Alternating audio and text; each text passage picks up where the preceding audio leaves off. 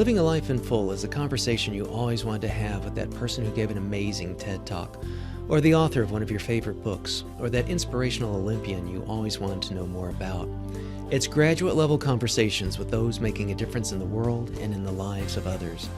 This show brings you new ideas and approaches so that you can live a life in full.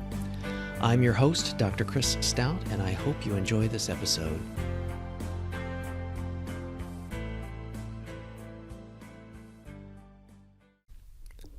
This episode is brought to you by the new fellowship and certificate programs now being offered by the Center for Global Initiatives.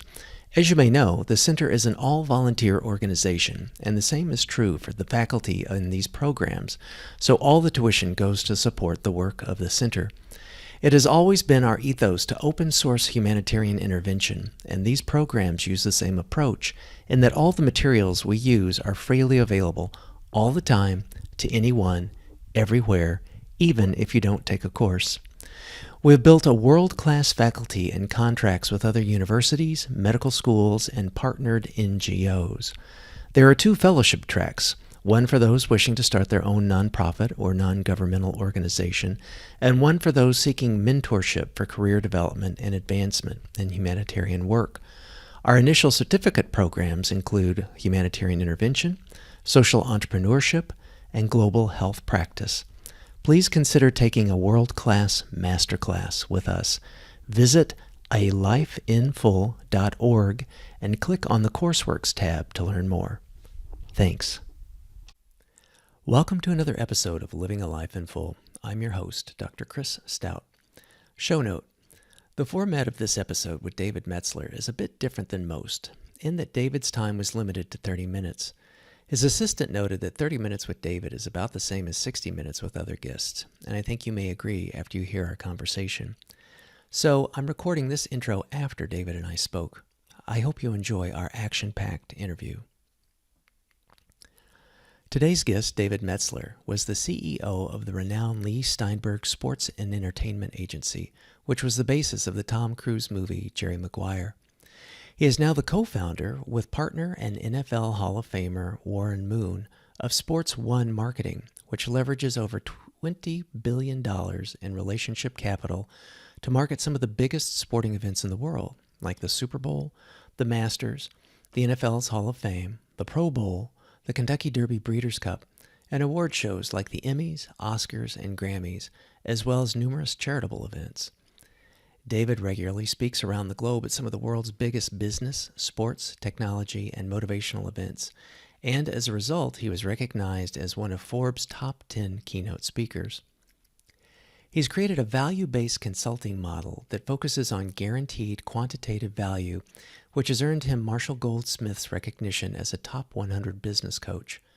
David's clients includes leaders who are Fortune 100 executives to startup entrepreneurs.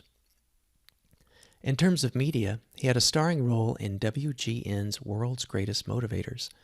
He is the executive producer of Entrepreneur's #1 digital business show, Elevator Pitch, and David hosts one of the top entrepreneurial podcasts, The Playbook, which is an engaging mix of exclusive conversations with some of today's most influential CEOs, sports icons, successful entrepreneurs, including Gary Vaynerchuk, Jordan Belfort, who's known as the Wolf of Wall Street, Tillman Fertitta, owner of the Houston Rockets, NBA champion Jeremy Lin, former professional racer Danica Patrick, as well as Cameron Diaz.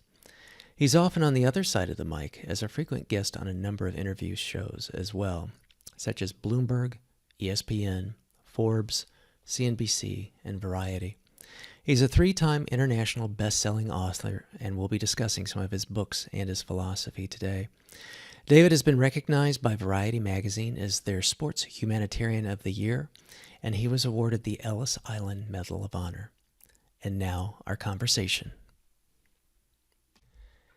David, welcome to the show. It's a treat to have you on.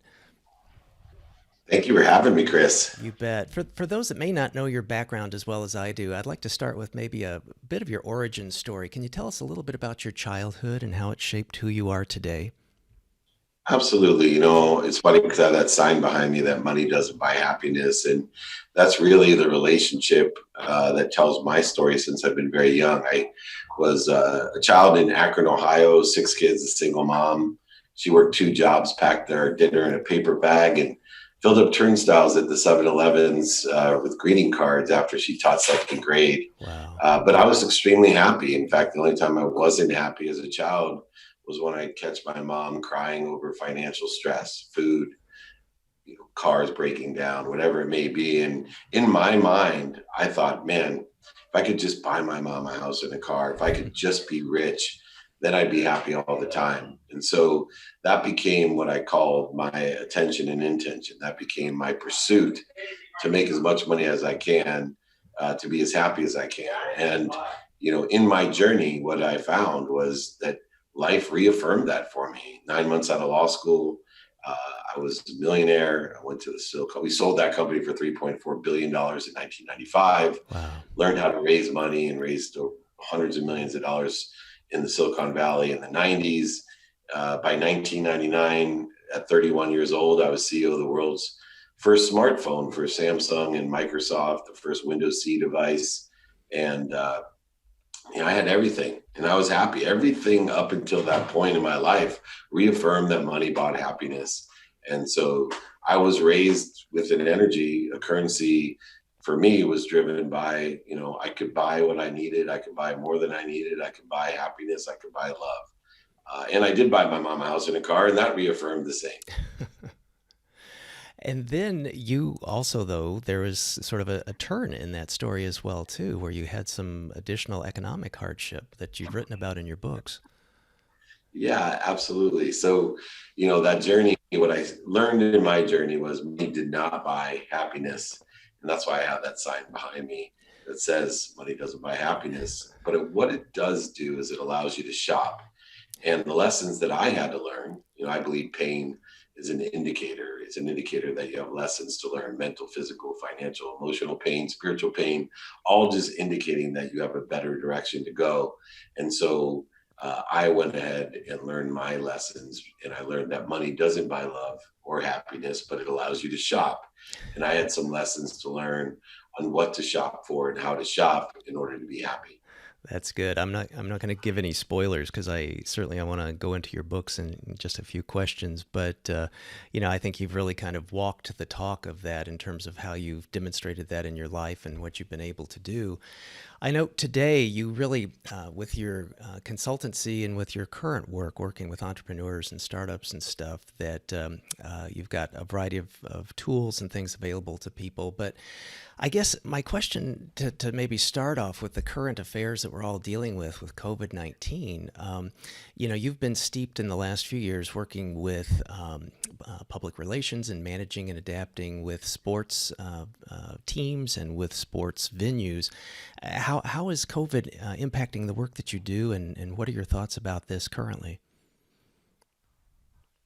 It's funny because a lot of people talk about this being such uncertain times. And in my life, I always tell people, gosh, if you could tell me what's going to happen tomorrow, I'll teach us both how to make billions of dollars. good, So good point. the future is always uncertain. What makes these times interesting, as they were in 93, 97, 2001, 2008 in my life. And in 2008, I lost over $100 million. So there was significant change. And with great change comes great opportunity.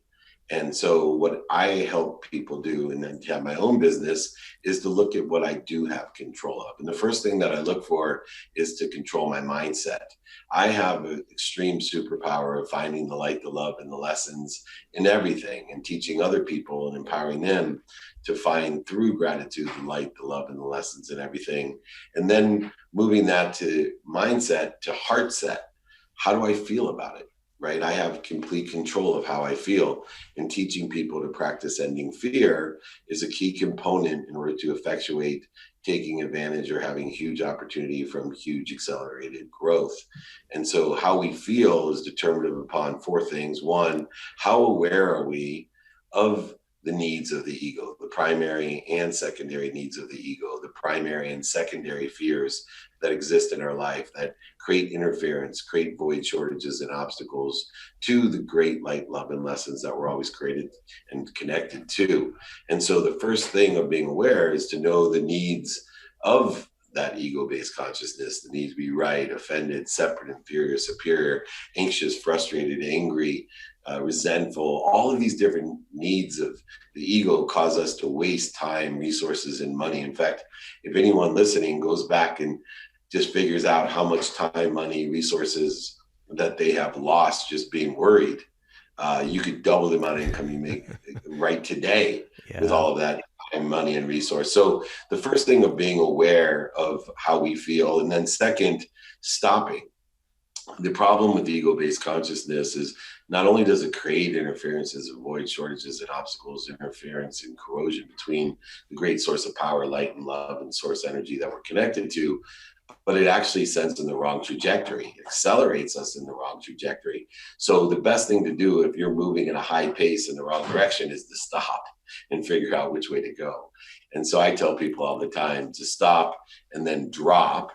Be a Buddha. So it takes a ferocious person to stop. It takes a Buddha to drop down to center, to find your higher frequency, neutrality, to get back into the flow, to not allow that interference, to use your free will to create a great flow for yourself, and then be ferocious again and roll in the right direction. When you experience pain, that indicator that you have a lesson to learn, when you drop into that fear-based consciousness, your mind, body, soul are on fire. When you're on fire, you got to stop, drop, and roll. And if you do that, you will gain a tremendous amount in your life by always moving in the right trajectory. So during these compressed times of uncertainty, during these extraordinary changing times, there's been more change in the last 4 months than any other period in history. What I say is take control of your mindset, then can take control of your heart set. Then you'll be able to think, say, and do and believe all the right things. Wow. Yeah, and again, I think you are so genuine when you talk about this, because I've read some of your work, and I've seen you be interviewed and seen you do interviews and watch some of your trainings, and that's very much sort of the unifying thread through a lot of the fabric of what you talk about. And it strikes me too as being very much, I don't know if it's informed by, but it certainly is very similar to a Stoic philosophy. Like, Ryan Holiday talks about this a lot, ego is the enemy, and even cognitive behavioral therapy in terms of having that choice of being able to make a decision of, mindset. So I really appreciate that, because I think during these chaotic times, like you said, you just listed off a litany, of in the last 20 years of where these kinds of things have happened, and that you've been able to be adaptive to those things, and I would dare say maybe even come out all the stronger for it. So I think that's really, quite an impressive track record that takes it from the philosophical to the actionable. Yeah, it's so important to understand that, because there's three things that materialize our imagination. And so number one is knowing your what. Most people look for their why, and they use their why as an excuse not to get their what. And so I utilize 5 daily practices to figure out my what. And the first is to take inventory of my values, personal, experiential, giving and receiving values, to figure out my what. Because if I can figure out my what, I can go from nothing into a possibility. And then if I can figure out my what and become inspired to enjoy the consistent, persistent pursuit of our potential, then I can take that possibility and have a mathematical advantage over that by having a probability. And then through the materialization of that probability into perspective or reality, I use strategy, discipline, and awareness in order to materialize, just like a 3D printer, right? Materialize what my dreams are and imagination is, from possibility to probability, probability to perspective. That's how we manifest or materialize what we want. That's great. Well, that's probably a good segue in. I want to start with your most recent best-selling book, Game Time Decision Making: High-Scoring Business Strategies from the Biggest Names in Sports. Now, for those that aren't familiar with this book, we'll put information about it in the show notes and how people can get a hold of it. But you had Tillman Fertitta, chairman and CEO of Landry's, owner of the Golden Nugget Casinos, and NBA's Houston Rockets. He wrote the foreword, and I just want to take a second to give a quote in what he said in that foreword. He said, no matter what game you're playing, teaching others to make the right decisions is even more important for leaders. If you can equip others with the ability to make informed and well reasoned calls, your impact is scalable. This is the core of David's approach to game time decision making, to empower you and those around you with the awareness and ability to make the right call when the game is on the line and the pressure is high. So, I love your whole book is kind of done via a sports metaphor, in particular football. As a writer, what chose you to use that as a vehicle to communicate your ideas and techniques? Yeah, so game time decision making is about being happy, right? My mission in life is to empower over 1 billion people to be happy. And so, what I decided was with my sports background and all the great stories that I had, because people, learn lessons best through stories because it allows for an emotional connection. A different part of the brain is utilized when we listen to stories. And so, what I did was take the 10 best lessons that I knew in the decisions that need to be made, of how to make those decisions to be happy, and create, number one, a pregame analysis by telling people, hey, here's the lesson that's going to help you make the best decisions to be happy. And then use sports stories and entertainment stories in order to effectuate and show and illustrate those lessons. And then do a post-game analysis to remind people, hey, considering this story about these extraordinary people, here's the lesson that we want to take away. So game time decision making is about lessons in order to make the right decisions in order to be happy. And more importantly, as Tillman refers to empower others to be happy. When I have told people I want to empower over 1 billion people to be happy, they think I'm actually crazy. Of course, like any other great idea that I've had, people laugh at me, scoff at me, make fun of me at first. But when I break it down to them and tell them, I'm just looking for 1,000 people in my lifetime, 1,000 people like Chris that can empower 1,000 people to empower 1,000 people, 1,000 times 1,000's 1,000,000, 1,000,000 times 1,000's 1,000,000,000. I can create a collective consciousness with the greatest, most contagious virus of all time called happiness, a virus that spreads simply by witnessing it, a virus that makes anyone that witnesses it happy. And that virus also strengthens us emotionally, physically, spiritually, mentally, and financially. It actually strengthens our immune system. So it protects us against other viruses too that might be damaging to ourselves. So, I think Tillman is doing a great justice to telling how utilizing sports and the stories of sports to teach the lessons of decision making in order to ultimately meet my mission, which is to create a collective consciousness of happiness in order to change the world. I so love that. I know that you're active in a variety of different kinds of humanitarian pursuits, which really resonates with me because that's kind of my current day job is running a nonprofit in global health and international work. And I think it's really cool. Correct me if I have my facts wrong, but I believe on your 50th birthday, you threw 50 fundraising parties to build leadership centers in Africa. Could you maybe spend a few minutes and just deconstruct that process? Because honestly, David, I have the hardest time seeking donations and that sort of a thing. So what was the genesis behind this and how did it turn out? Well, I'm the chairman of the Unstoppable Foundation, and we built villages in Africa with 5 pillars to empower them to take care of their own education, water, healthcare, financial literacy, et cetera. And, understanding money doesn't buy happiness, but if you shop for the right things that can make you happy, I decided for my 50th birthday to be inspired by the founder, Cynthia Kersey of the Unstoppable Foundation, who had her 50th birthday 10 years earlier, created a birthday party, one party to fund the foundation, which now impacts millions of people around the world and has grown and grown and grown. So I decided, which I thought would be a lot easier than it was. So half the time my wife teases me. She goes, "You just should have written a check."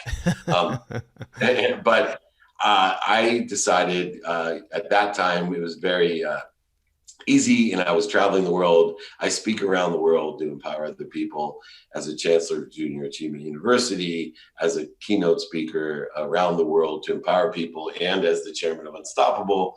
I decided that I would mirror my travels and throw one birthday party a week in some place that I was at.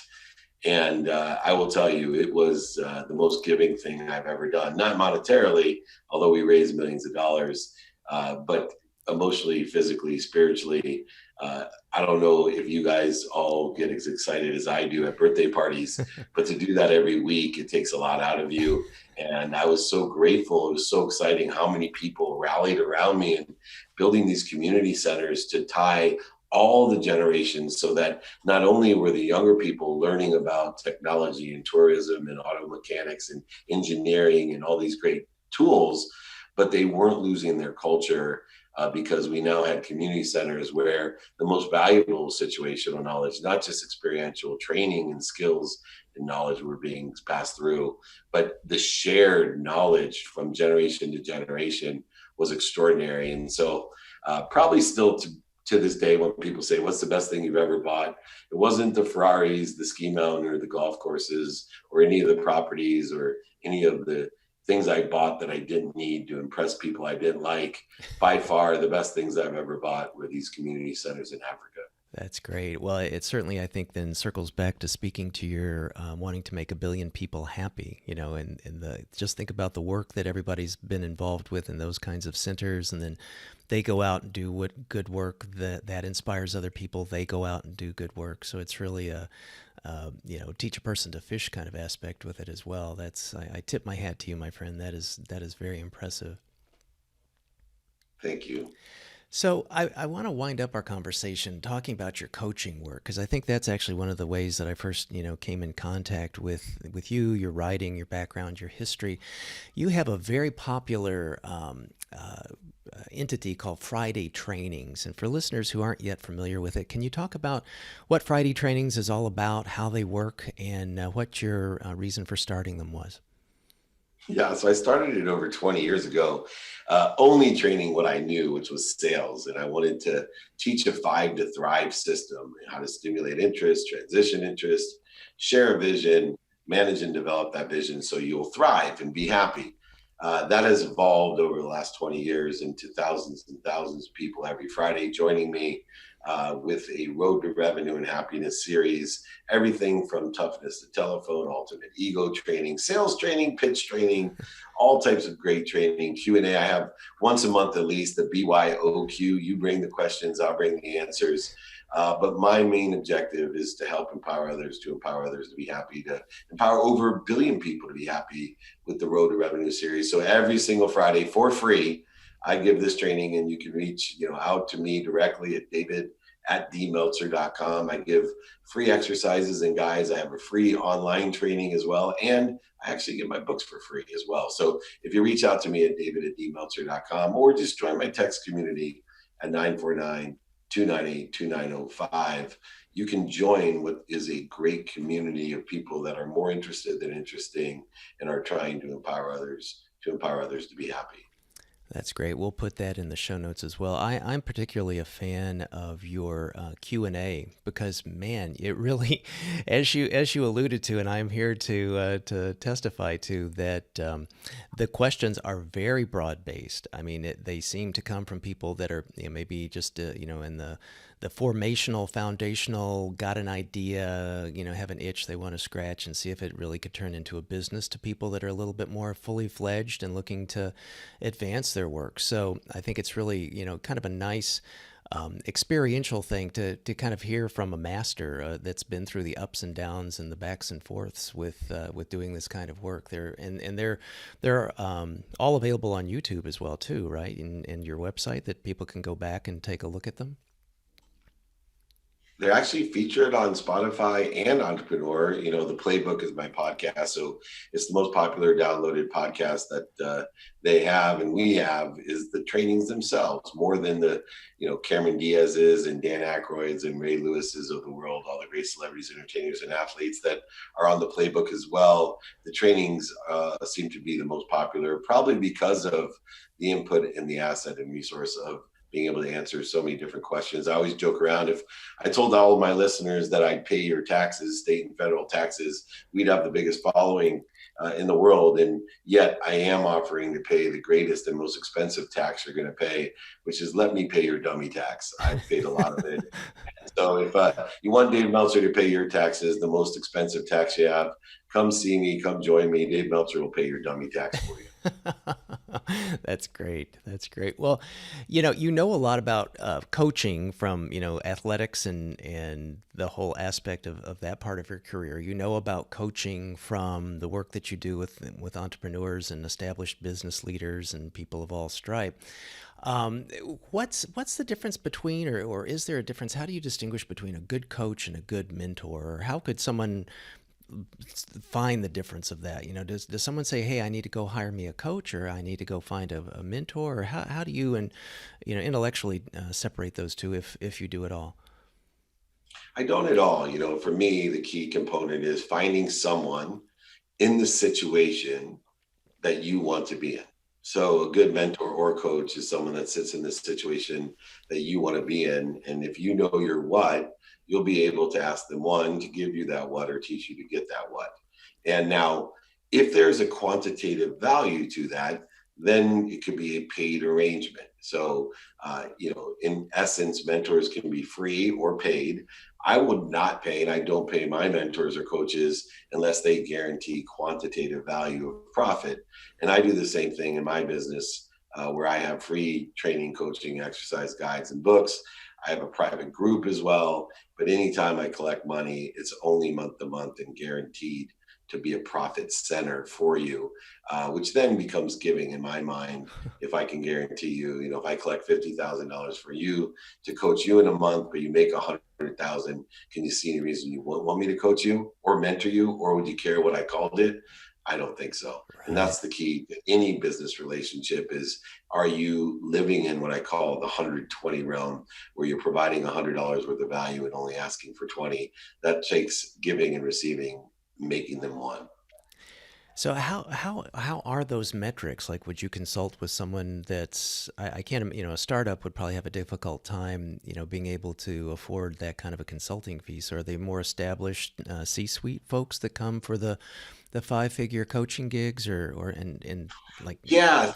So I have a variety of opportunities so to fit everyone. So, majority of the people just are free, right? mhm. And that's my main mission. But some people require more time and attention. And so variety of ranges occur in services solutions where I can provide a profit center for the startups, the entrepreneurs, the students even. Mhm. And still, as little as $25 a month, it's very hard to not be a profit center for someone and give one-on-one access in a group setting that I provide, or all the way up to $50,000 a month in a corporate setting to be a business advisor. But the interesting thing in me doing it, whether it's $25 a month, whether it's free, which is a really low bar, or $50,000 a month, and I have everything in between as a range.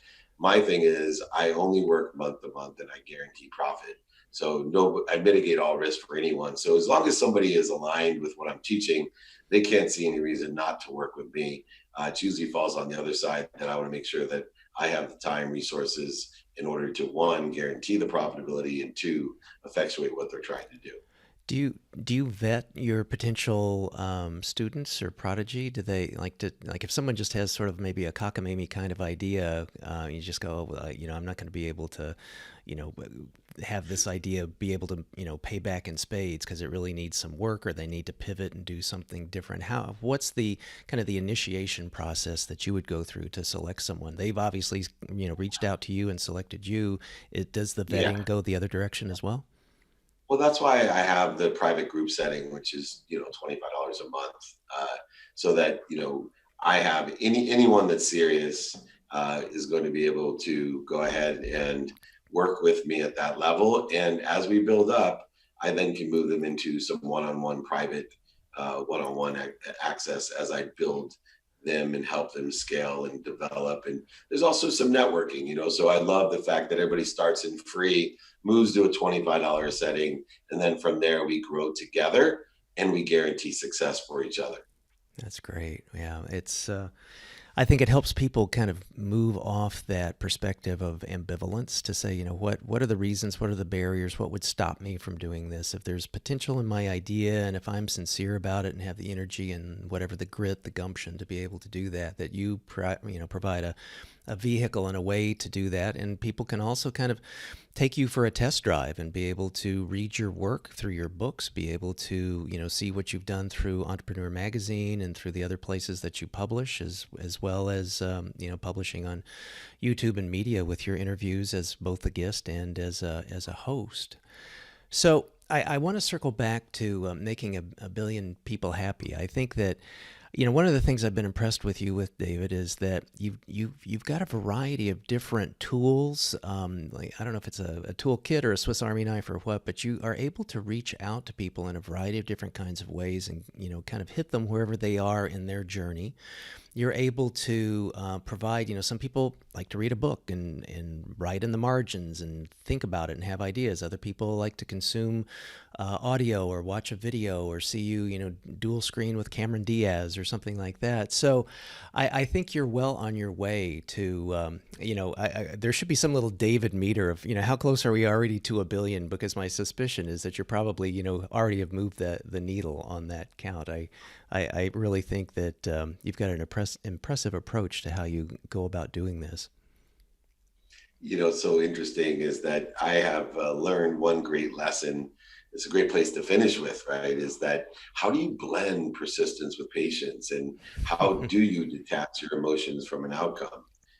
The old and younger David Meltzer would be so concerned about that meter, and where my primary focus is always on enjoying the consistent, everyday, persistent without quit pursuit of that measure. And when I keep my focus on the pursuit of that measure and keep practicing all the skills that are necessary in developing those, all the knowledge of what I want and who can help me, as well as my desire to keep on increasing the productivity, the accessibility and gratitude that I have in all the activity I get paid for, all the activity I don't get paid for, and finding the light and the love and the lessons there within. That's the main objective and lesson that I've learned in my life, to detach my emotions from that outcome and focus it in on the aforementioned. And it really has worked out, and therefore resistance, therefore more people are empowered, therefore let others keep the count. I'm just going to keep moving on. I like that approach. I agree. I think that is a brilliant way to end today. So, David, I want to thank you for being so generous with your time. I know you've got like 50 things going on, at any point in time. And I want to also thank you for your work and making everything that you do so available to people and easy to reach out. As I mentioned, we'll put all the contact information that you've mentioned, and I have a few other little, gold nuggets that I love of your work that I'm a personal fan of that I will also put into the show notes. So thank you so much for your time. Looking forward to what's coming next, and really appreciate you being on the show today. Thank you so much. Be kind to your future self and do good deeds. I'll see you soon. Thank you.